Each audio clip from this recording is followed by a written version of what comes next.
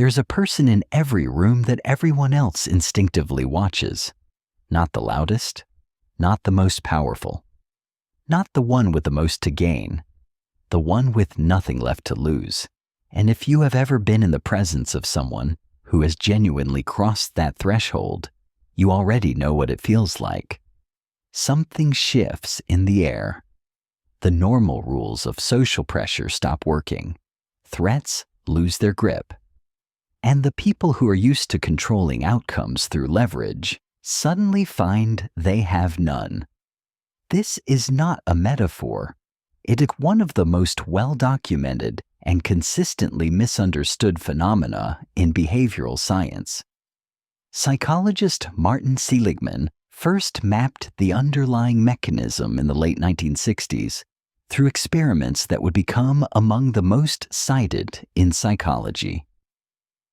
Seligman studied what happens when effort consistently leads to nothing. When the connection between behavior and outcome is severed completely. He called what he found learned helplessness, a state in which a creature stops trying, not because it cannot act, but because it has learned that acting changes nothing. But Seligman's research had a shadow side nobody talked about enough.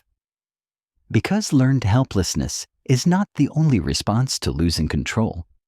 There is another response, rarer, more volatile, far more consequential. When a person loses not just control, but the fear of losing control, when they have absorbed the worst and survived it, something in the behavioral calculus inverts entirely. The psychological constraints that keep most people predictable simply stop functioning. Economist and Nobel laureate Thomas Schelling wrote about this inversion in his landmark work on conflict and negotiation. Schelling observed that in any standoff, the party with less to lose holds a structural advantage that no amount of power or resources can easily overcome. You cannot threaten a person with consequences they no longer fear. You cannot bargain with someone who has stopped assigning value to what you are offering to take away. This is why revolutions are not started by the comfortable. The French Revolution was not ignited by people with something to protect. It was carried by those who had already lost everything.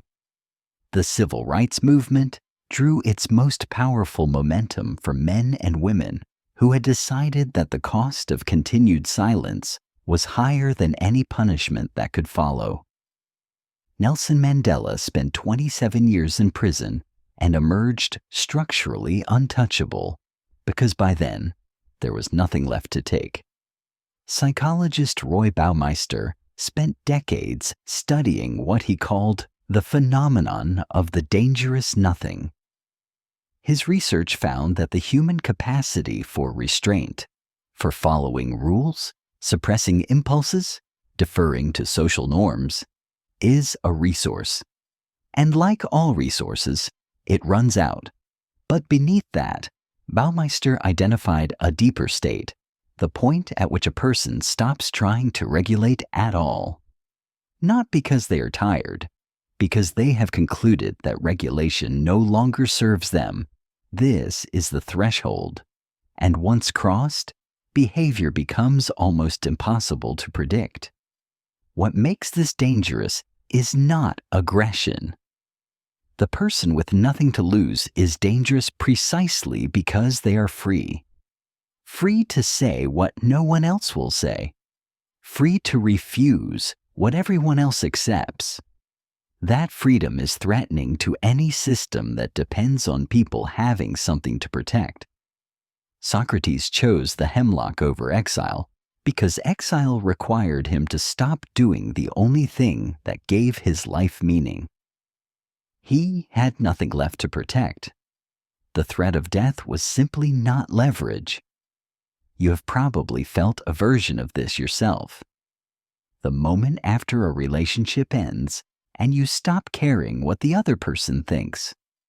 The day you decide to quit a job that was making you miserable and feel suddenly, inexplicably powerful.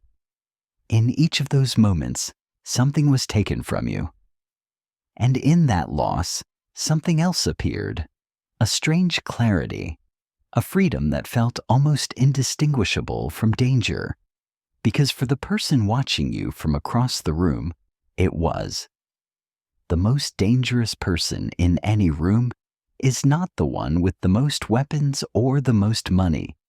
It is the one who has quietly, completely stopped being afraid of what you might do next. The question worth sitting with is not who that person is in the room you are thinking of. The question is whether that person has ever been you. And if not, what exactly are you still holding on to that is keeping you predictable